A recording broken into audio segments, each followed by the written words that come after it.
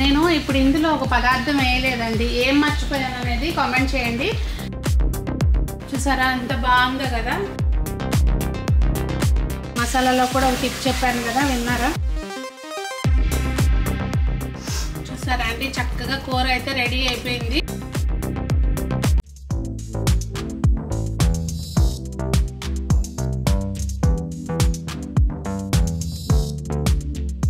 పెద్దలందరికీ నమస్తే, పిల్లలందరికీ హాయ్. ఎలా ఉన్నారు? అందరూ బాగున్నారా? మేమైతే చాలా బాగున్నాం, మీరు కూడా చాలా బాగున్నారని ఆశిస్తున్నాను. ఈరోజు వీడియోలో ఏంటంటే మీకు ఒక మంచి రెసిపీస్ షేర్ చేస్తానండి. బ్రేక్ఫాస్ట్ రెసిపీ, అలాగే చికెన్ ఫ్రై, రసము, 3 అంటే బ్రేక్ఫాస్ట్ నుంచి లంచ్ వరకు రెసిపీస్ అన్నమాట. సూపర్ డూపర్గా నచ్చుతాయి అందరికీ. చికెన్ కూర అయితే మాత్రం అసలు అల్టిమేట్ ఉంటుంది. ఇంకా లేట్ చేయకోకుండా రెసిపీస్లోకి వెళ్దాం, చూద్దాము. ఈ మధ్య చాలామంది ఏంటంటే మీరు చేసే వంటలు కానివ్వండి ఏమైనా చాలా సింపుల్గా చేస్తారు సునీత గారు, హడావుడి లేకుండా అని చెప్పి ఎక్కువ కామెంట్ చేయడం జరుగుతుంది. ఇంకా పర్సనల్గా కూడా చాలామంది అడుగుతున్నారు వంట వీడియోలు, గార్డెన్ వీడియోలు ఎక్కువ పెట్టండి అని చెప్పి.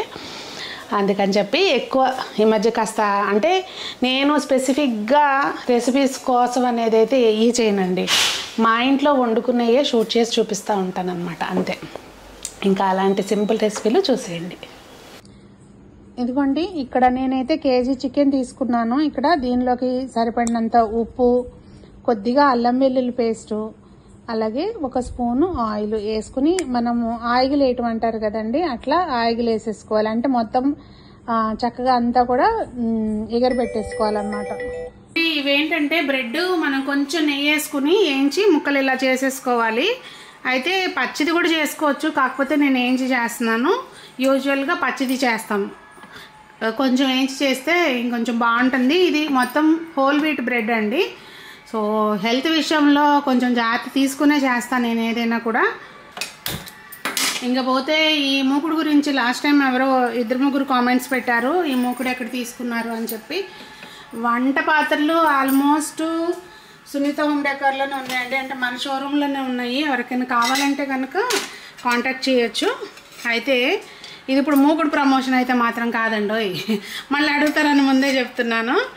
కొంచెం ఒక 2 స్పూన్లు ఆయిల్ వేసుకుని, 2 అంటే నాది కొంచెం ఇక్కడ గరిటె పెద్దది ఉంది, 2-3 టేబుల్ స్పూన్స్ అనుకోండి, ఎక్కువేం పట్టదులే. మరి ఆయిల్ వేడెక్కనివ్వాలి.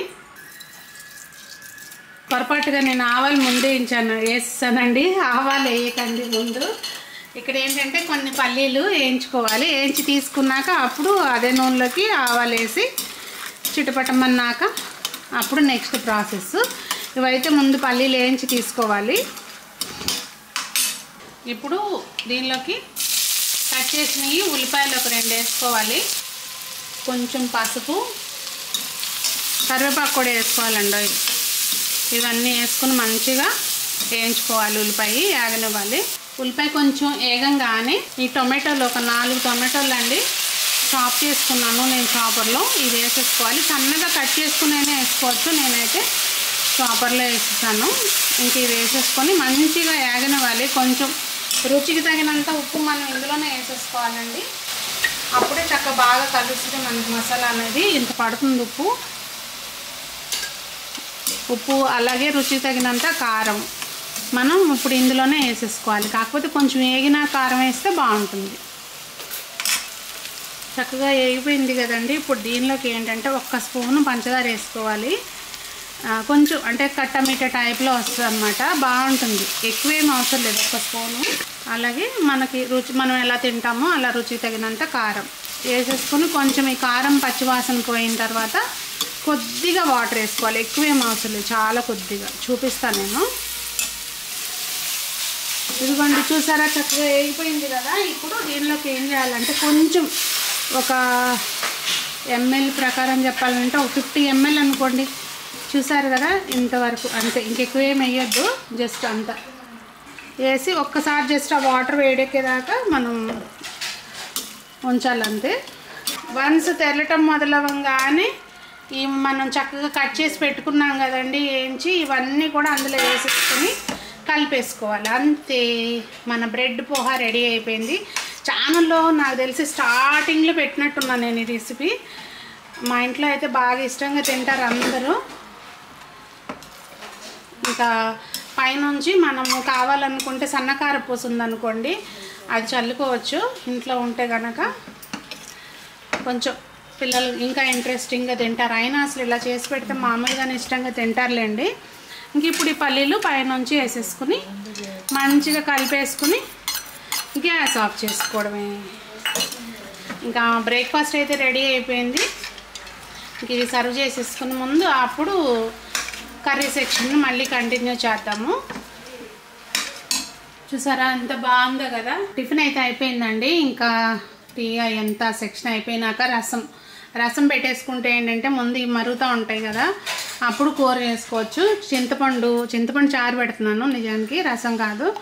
ఇది టమాటాలు, అల్లము, కొంచెం దంచిన అల్లము, అలాగే ఉల్లిపాయలు కూడా ఇలా లావు కట్ చేసేసుకుంటాం. అంటే మేము పెట్టే పద్ధతి నేను చూపిస్తున్నాను. ఒక 2 పచ్చిమిర్చి, కరివేపాకు ఒక గుప్పెడు, ఒక బెల్లం ముక్క. బెల్లం కంపల్సరీ బ్యాలెన్స్ చేయడానికి ఉపయోగపడుతుంది. అలాగే కొద్దిగా మిరియాల పొడి, ఇంట్లోనే చేసుకున్న చారు పొడి. ఈ రసంలోకి ధనియాలు మనం చారు పొడి వేసినా కానీ కొన్ని మరిగేటప్పుడు మామూలు ధనియాలు అలా వేస్తే అది చాలా బాగుంటుంది టేస్ట్. మీలో ఎంతమంది ఇట్లా వేస్తారు అనేది నాకు కామెంట్స్లో చెప్పండి. అన్నీ వేసి చూడు, నన్ను వేసి చూడు అనే ఉప్పును కూడా తగిలించాలి కొంచెం రుచికి సరిపడినంత. ఇప్పుడు ఇవన్నీ కూడా ఒక్కసారి వేడయ్యేదాకా హై ఫ్లేమ్లో ఉంచుకున్నా కానీ తర్వాత సిమ్లో పెట్టి మరగనిస్తే చాలా బాగుంటుందండి. ఇది చూసి మళ్ళీ అల్యూమినియం పాత్ర అనుకుంటారేమో, కాదు, టిన్ వెజిల్ అనమాట. ఇది ఎప్పటి నుంచో ఉంది మన దగ్గర. నేను అంతకుముందు కూడా ఒకసారి చూపించాను. కొంచెం పసుపు కూడా వేసేసుకుంటే ఇంక ఇది మనం మరగడానికి పెట్టేసుకుందాం. నేను ఇప్పుడు ఇందులో ఒక పదార్థం వేయలేదండి, ఏం మర్చిపోయాను అనేది కామెంట్ చేయండి. ఎండుమిరపకాయలు, ఒక 4 ఎండుమిరపకాయలు కూడా ఇలా కట్ చేసి వేసుకుంటే అసలు కాంబినేషను చికెన్లోకి ఒక రేంజ్లో ఉంటుంది అన్నమాట ఈ రసం. ఇంకా అవి మరగడానికి పెట్టేశాను. ఇప్పుడైతే మనము ఈ ఫ్రైకి మసాలా చేసుకుందామండి. వేయించి పెట్టుకున్నాం కదా ఆల్రెడీ, అంటే ఆయిల్ వేసి పెట్టుకున్నాం కదా, దానిలోకి ఒక 2 ఇంచులు అనుకోండి కొబ్బరి ముక్క, కింద 2.5 ఇంచులు అనుకోండి, కొంచెం ఇంత కొబ్బరి ముక్క తీసుకొని ఎండు కొబ్బరి అది చక్కగా వేయించుకోవాలి ముందు. ఇది ముందు డ్రై రోస్ట్ చేసుకోవాలండి. చేసినాక అప్పుడు మనం మిగిలిన మసాలాలు వేసుకోవాలి. కొంచెం అంటే ఇది వేగాలన్నమాట, కమ్మటి వాసన వచ్చే వరకు వేగాలి. ఇందాక మనం పోహా చేసుకున్నాం కదా, అదే మూకుడు పెట్టేశాను మళ్ళీ ఫ్రైకి కడిగేసి. ఇంకా ఇప్పుడు దానిలోకి ఇదిగోండి గరం మసాలా, కొంచెం చెక్క, లవంగాయలు, అలాగే ఒక బిర్యానీ ఆకు, ఇవన్నీ వేసుకొని మంచిగా మనం ఒక అది వాసన వచ్చే వరకు జస్ట్ అలా ఒక 30 సెకండ్స్ వరకు వేయించి అప్పుడు ఒక టేబుల్ స్పూను ధనియాలు కూడా మంచిగా వేగినాక గ్యాస్ ఆఫ్ చేసే ముందు ఒక 1/2 స్పూను గసగసాలు వేసేసుకుని వేడికి వేయించేసుకొని మనం ఇవి గ్రైండ్ చేసుకోవాలండి మంచిగా. ఓకే, ఇప్పుడు ప్యాన్ పెట్టుకుని ఒక 4 టేబుల్ స్పూన్స్ ఆయిల్, అంటే మీరు స్పూన్తో వేయలేదు కదా అనకండి, కొలత తెలిసిపోతుంది కదా మనకి. ఒక 4 స్పూన్ల ఆయిల్ వేసుకుని ఆయిల్ వేడెక్కనివ్వాలి. ఇదిగోండి ఇవి గరం మసాలా గ్రైండ్ చేసుకునేటప్పుడు ఏంటంటే మనకి మంచిగా పౌడర్ అయిపోయిన తర్వాత లాస్ట్లో మళ్ళీ ఒక 2 వెల్లుల్లి రెబ్బలు వేసుకుని ఒక తిప్పితే మసాలా అనేది మంచి వాసన వస్తుందండి, చాలా బాగుంటుంది. ఓకేనా, మొత్తం పొడి అయిపోయినాక అప్పుడు ఒక 2 వెల్లుల్లి రెబ్బలు వేసుకుని పట్టుకోవాలి. ఆయిల్ వేడెక్కిన తర్వాత కొంచెం జీలకర్ర వేసుకుని ఉల్లిపాయలు ఒక 3 ఉల్లిపాయలు అండి. ఇందులో తిరుగుమాతకి చారు తిరుగుమాత కొంచెం తీసి ఉంచుకున్నాను. జస్ట్ ఒక 3 ఉల్లిపాయలు, మంచి కలర్ కోసం పసుపు. ఇందులోకి కొంచెం ఉల్లిపాయ వేగినాక అప్పుడు ఒక 4-5 పచ్చిమిర్చి సన్నగా చీలికల్లా కట్ చేసుకుని పచ్చిమిర్చి, అలాగే కొంచెం కరివేపాకు వేసుకోవాలి. కానీ ఇప్పుడు వేయకుండా కొంచెం వేగినాక వేస్తే పచ్చిమిర్చి ఫ్లేవర్ అనేది డిఫరెంట్గా వస్తుంది అన్నమాట. ఉల్లిపాయతో పాటు వేయకుండా సగం ఉల్లిపాయ వేగినాక అప్పుడు వేసుకోవాలి. ఇదిగోండి పచ్చిమిర్చి కూడా వేసేసుకుని చక్కగా వేగిన తర్వాత ఇప్పుడు మనకి రుచికి తగినంత కారం, ఇక్కడ నేను 1 kg చికెన్కి వేస్తున్నానండి. ఒక 2 స్పూన్స్. ఈ కారం అయితే మాత్రం అసలు నిజంగా సైలాస్ కిచెన్ కారము నా భూతం నా భవిష్యత్ అన్న టైప్లో ఉంది. అసలు కలర్ మెయిన్, కలర్ చంపేస్తుంది కారం. అసలు ఒక 2 స్పూన్స్ కారం వేసాను. కారం ఎక్కువసేపు ఈ ఆయిల్లో వేగనివ్వకూడదండి, జస్ట్ ఒక 20 సెకండ్స్ అంతే. దీనిలోకి మనం గ్రైండ్ చేసుకున్న మసాలా కూడా వేసేసుకుని చక్కగా ఆయిల్లో కనుక మసాలా వేగితే ఆ ఫ్లేవర్ అనేది చాలా బాగా వస్తుంది. మీరు వీడియో స్కిప్ చేసేసుకుని టిప్స్ మిస్ అయితే నేనేం చేయలేను. మసాలాలో కూడా ఒక టిప్ చెప్పాను కదా, విన్నారా? ఇది కూడా అంతే, జస్ట్ అలా ఒక 10 to 20 సెకండ్స్ అంతే వేగినాక ఇప్పుడు మనం ఇందాక ఆయిల్ వేసి పెట్టుకున్న చికెన్ ఉంది కదా, అదంతా వేసేసుకొని మంచిగా ఫ్రై చేసుకోవాలన్నమాట. ఇక్కడ పూర్తిగా లో ఫ్లేమ్లో పెట్టుకుని వేయించుకోవాలి.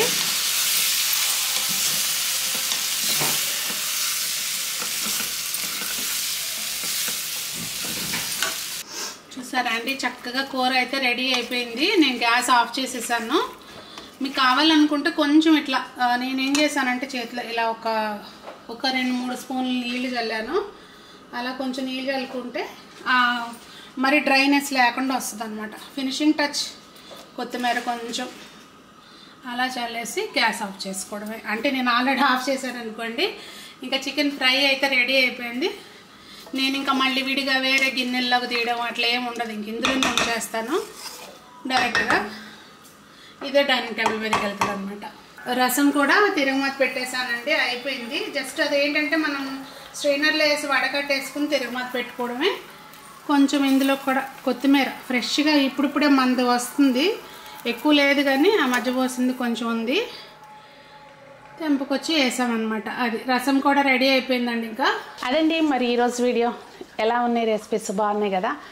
సో మరి ట్రై చేసి మీకు కమింగ్ సండే కానీ ఎప్పుడు వీలైతే అప్పుడు ట్రై చేసి, అంటే వీడియో ఎప్పుడు పోస్ట్ చేస్తానో తెలియదు, షూట్ చేసుకున్నా ఎప్పుడెప్పుడో పోస్ట్ చేస్తుంటాం కదా. అయిపోయి ఏమవుతుందంటే కొన్నిసార్లు ఏ సాటర్డే రోజు అసలు గుర్తుండదు ఇవాళ సాటర్డే అనేది. రేపు ఈ వీడియో పెడదామని ర్యాండమ్గా పెట్టేస్తూ ఉంటాం అనమాట. ఇవాళ సాటర్డేగా సునీత గారు ఇవాళ చికెన్ కూర వండారు అంటే నేను సాటర్డే రోజున వీడియో పెట్టాను అంటే సాటర్డే రోజునే షూట్ చేయమన్నమాట. అది చూడండి. ఓకే, ఎనీవే ఊరికే జస్ట్ అలా చెప్పాను, గుర్తొచ్చింది కనుక. మరి ఏమనిపించిందండి రెసిపీస్ చూసినాక? మీకు నచ్చినాయా? ట్రై చేయండి. ట్రై చేసి నచ్చిందా లేదా అనేది కామెంట్ చేయండి. అందరూ బాగుండాలి, అందులో మనం ఉండాలి. మనకు నచ్చిన వంటలు వండుకుని తింటూ జీవితాన్ని ఆనందంగా ఆస్వాదించాలని మనస్ఫూర్తిగా కోరుకుంటూ మీ సునీత.